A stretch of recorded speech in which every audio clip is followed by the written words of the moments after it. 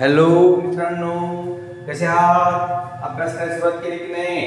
अभ्यास करायला सुरुवात केलीच पाहिजे. आपल्याकडे 4च महिने राहिलेले आहेत बघा, आणि अभ्यासाला सुरुवात करा, प्रॅक्टिस करा, जास्तीत जास्त एक्झाम्पल सॉल्व्ह करा, फॉर्म्युल्यावर काम करा. लक्षात आलं का? तर आज मी तुम्हाला एक अतिशय महत्त्वाचा 2 मार्कचा क्वेश्चन जो MCQ ला विचारतात आणि आपल्या थेअरीला सुद्धा विचारतात असा एक क्वेश्चन तुम्हाला मी देतोय. क्वेश्चन इथं आहे, find the direction cosines of the line passing through the points. म्हणजे 2 पॉइंट्स मधून जाणाऱ्या लाईनचे डायरेक्शन कोसाइन्स. आता डायरेक्शन कोसाइन्स म्हणजे काय? तर direction cosines, cosine cos means cos alpha, cos beta and cos gamma are called direction cosines. cos alpha, cos beta, cos gamma या तिघांना आपण काय म्हणणार आहे? Direction cosines. त्यालाच आपण कॉर्डिंग करतो L equal to M equal to N equal to L means cos alpha, cosines cos, त्याला शॉर्ट फॉर्म मध्ये DCS सुद्धा म्हणतात. डायरेक्शन कोसाइनला शॉर्ट फॉर्म मध्ये DCS सुद्धा म्हणतात. हेही लक्षात तुमच्या असू द्या बाळांनो.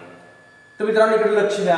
तर L equal to cos alpha, L equal to cos beta, M equal to cos beta आणि N equal to cos gamma. त्याचा फॉर्म्युला काय आहे? मी पहिला फॉर्म्युला म्हणतो की त्याच्यावर समजते आपल्याला काय करायला पाहिजे. Plus or minus A divided by under A square plus B square plus C square plus or minus D divided by under A square plus B square plus C square plus or minus C divided by under root A square plus B square plus C square. हे तुम्हाला formula आहे. त्याला direction कोसाइनचा formula म्हणतात. काय म्हणतात? Direction कोसाइनचा formula. मग आता लक्ष द्या. मग आता हे ABC शोधायचं. तर इथे A पाहिजे, B पाहिजे, C पाहिजे, इथे ABC पाहिजे. मग शोधायचे कसे? तर हे तुम्हाला दिलेले जे पॉइंट्स आहेत ते पॉइंट तुम्हाला हेल्प करणार आहे.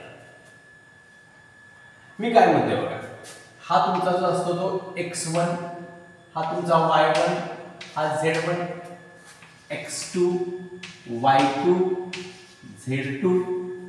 समजते का बघा?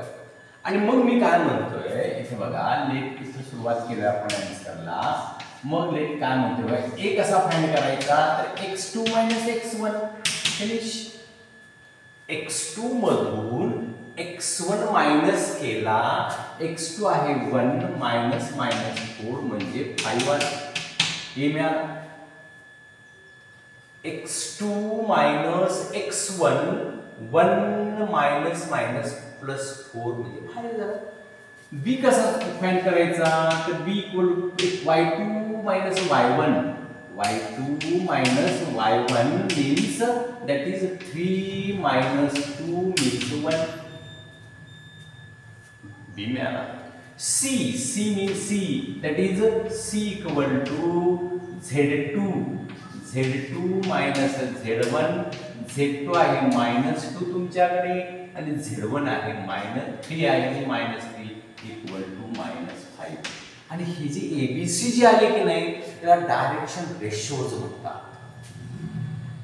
आणि हे जे आहे त्याला डायरेक्शन कोसाइन्स म्हणतात. गोंधळ होऊन देऊ नका. cos alpha, cos beta, cos gamma direction cosines आणि A B C आले की डायरेक्शन रेशोज. आणि मग लक्षात घ्या खाली पुट आउट करायचे आपण. आता काय अवघड नाही. A तुमचा आहे प्लस और minus 5 divided by under root 5 square plus 1 square plus -5 square. आणि हे प्लस और minus 5 divided by 25 plus 25 minus square plus होतो 25 plus 25 50 plus 1 root 51 is the answer. आणि एकदा काय ह्याची व्हॅल्यू मॅडम पुन्हा सारखं काढत बसत नाही, तीच लिहायची. इक्वल टू प्लस और minus b is 1 divided by root 51 equal two plus और मायनस 5 डिवाइडेड बाय रूट 51. हे त्याचा आन्सर. MCQ ला विचारतात, 2 मार्क्स ला विचारतात. हा अशा प्रकारचा क्वेश्चन. हे लक्षात घ्या. हे DRS, हे तुम्ही DRS ABC जे काढले ना डायरेक्शन रेशो शॉर्ट फॉर्म मध्ये DRS काढा आणि त्याच्यावर DRS काढल्याशिवाय किंवा DRS दिल्याशिवाय तुम्हाला काय करता येत नाही, तुम्हाला हे DCS काढता येत नाही LMN. आता याची गंमत अशी असते बाळांनो, या 3 DRSच्या स्क्वेअरच्या ऍडिशन नेहमी 1 असते तरच ते त्या लाईनचे DRS असतात. याच्या पुढे तुम्हाला क्वेश्चन, छोटासा क्वेश्चन कसा विचारू शकतात ते सांगतो. हा L आहे, M आहे, N आहे, यांच्या स्क्वेअरची ऍडिशन जर का 1 आली तरच ते त्या लाईनचे DRS असू शकतात. मी तुमचा आन्सर बरोबर का चुकीचे हे चेक करण्याची मेथड आहे आणि तुम्हाला विचारतात सुद्धा, which of the following are the DRS of a given line. खालीलपैकी कोणते त्या दिलेल्या लाईनचे DRS आहेत? DCS आहे. कुठले काय? DCS आहे. याला DCS म्हणतो. DCS म्हणजे डायरेक्शन कोसाइन्स आहेत असे विचारतात. मग बघा ना, आपण आता किती काढले? हा पहिला DCS झाला, हा दुसरा DCS झाला आणि तिसरा DCS. यांच्या तिघांच्या स्क्वेअरची ऍडिशन केली तर 1च यायला पाहिजे. बघा करून दाखवतो. याचा स्क्वेअर केला 25/51 रूटचा स्क्वेअर प्लस निघून जातो रूट. याचा स्क्वेअर केला की 1/51.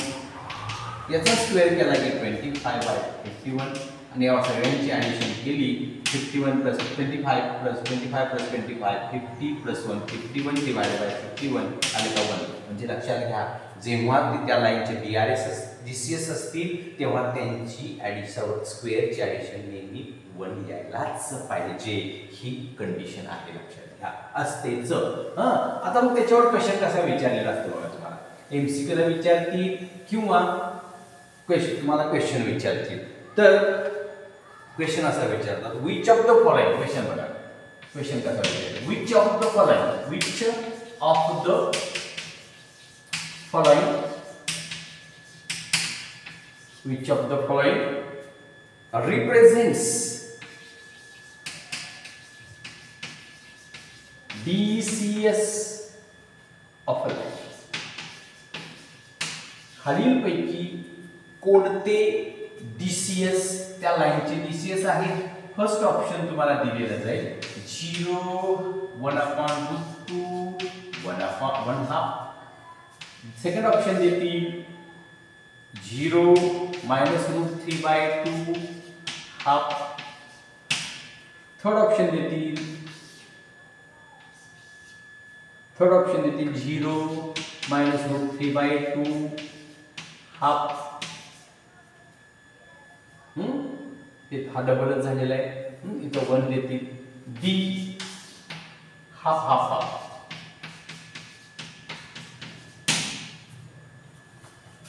तर या तिघापैकी कोणत्या DCS आहे हे डायरेक्शन कोसाइन. तर हे त्या लाईनचे DRS असण्याची कंडिशन आता मी सांगितली. लाईनचे DCS असण्याची कंडिशन सांगितली की काय? लाईनचे DCS असणे म्हणजे त्यांच्या स्क्वेअरची ॲडिशन 1 असणे होय. मग आता ह्याचे बघूया आपण ओरली करून बघूया. 0चा स्क्वेअर 0, याचा स्क्वेअर 1/2, याचा स्क्वेअर 1/4. याची ॲडिशन 1 येते का? येत नाही. का? बघा 4 + 2 6/8 6/8 काय हे 1 येत नाही.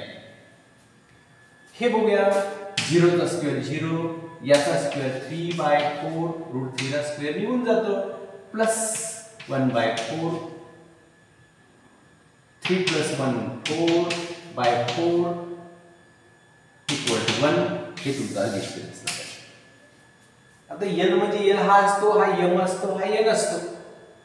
L² + M² + N² करून बघायचं.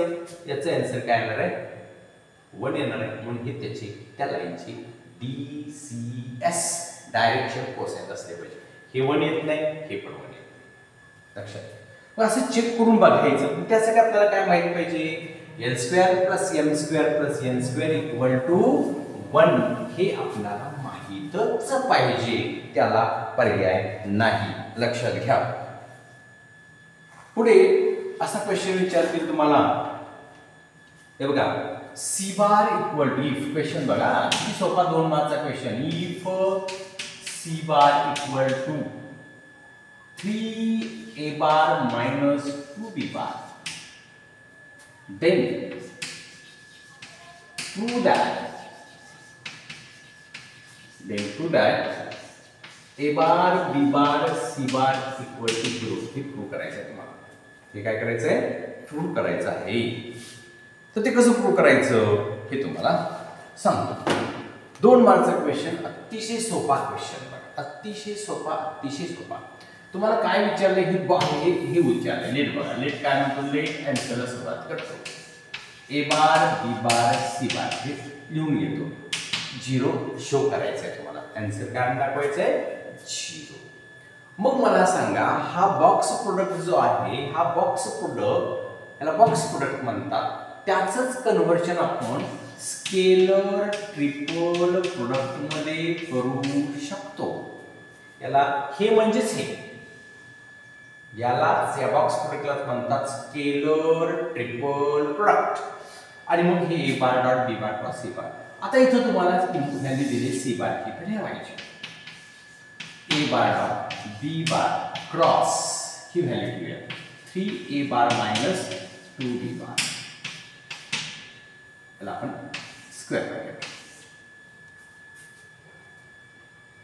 आता मी काय करतोय बघा, ए बार डॉट याचा क्रॉस प्रोडक्ट घेतो 3 B bar cross A bar, he constant बाजूला काढतो. 2 बी बार क्रॉस बी बार बाजूला काढतो. आणि लक्षात घ्या, 2 सेम वेक्टर असतील तर त्याचा आन्सर 0 असतो. 2 सेम वेक्टर असतील तर 0, म्हणजे हा 0 झाला. A bar dot 3 B bar minus cross A bar आणि ह्याचा आन्सर 0, हे 0 झालं. लक्षात घ्या, 2 सेम वेक्टर आणि त्याचा क्रॉस प्रोडक्ट असेल. किंवा इथं सुद्धा, इथं जर काय अशा कंडिशन मध्ये सुद्धा 2 जर का सेम आले तरी 0. ती डिटर्मिनंटची प्रॉपर्टी आहे. काय डिटर्मिनंटची प्रॉपर्टी आहे? if 2 rows or columns are identical then value of the determinant is 0. आणि हा डिटर्मिनंट आपण मानू शकतो, त्याचा डिटर्मिनंट मानता येतो आपल्याला. आणि मग आता हे काय झालं बघा, ए बार डॉट हा 3 पुढे घेतो कॉन्स्टंट म्हणून, बी बार क्रॉस ए बार. आणि इथं सुद्धा 2 काय आले? सेम आले, म्हणजे याचा आन्सर 0 असणार आहे. 3 × 0 3 × 0 इक्वल टू 0. बघा बरं, हे प्रूफ झालं का? Is proved. हे सिद्ध झाले. समजलं का बघा? तर अशा प्रकारे तुम्हाला छोटे क्वेश्चन्स आणि बेसिक छोटे क्वेश्चन्स केल्याशिवाय तुम्हाला पुढे जाता येणार नाही. लक्षात घ्या. हा व्हिडिओ तुम्हाला जर समजला असेल, आवडला असेल तर त्याला लाईक करा, सबस्क्राईब करा आणि फ्रेंड्समध्ये शेअर करा.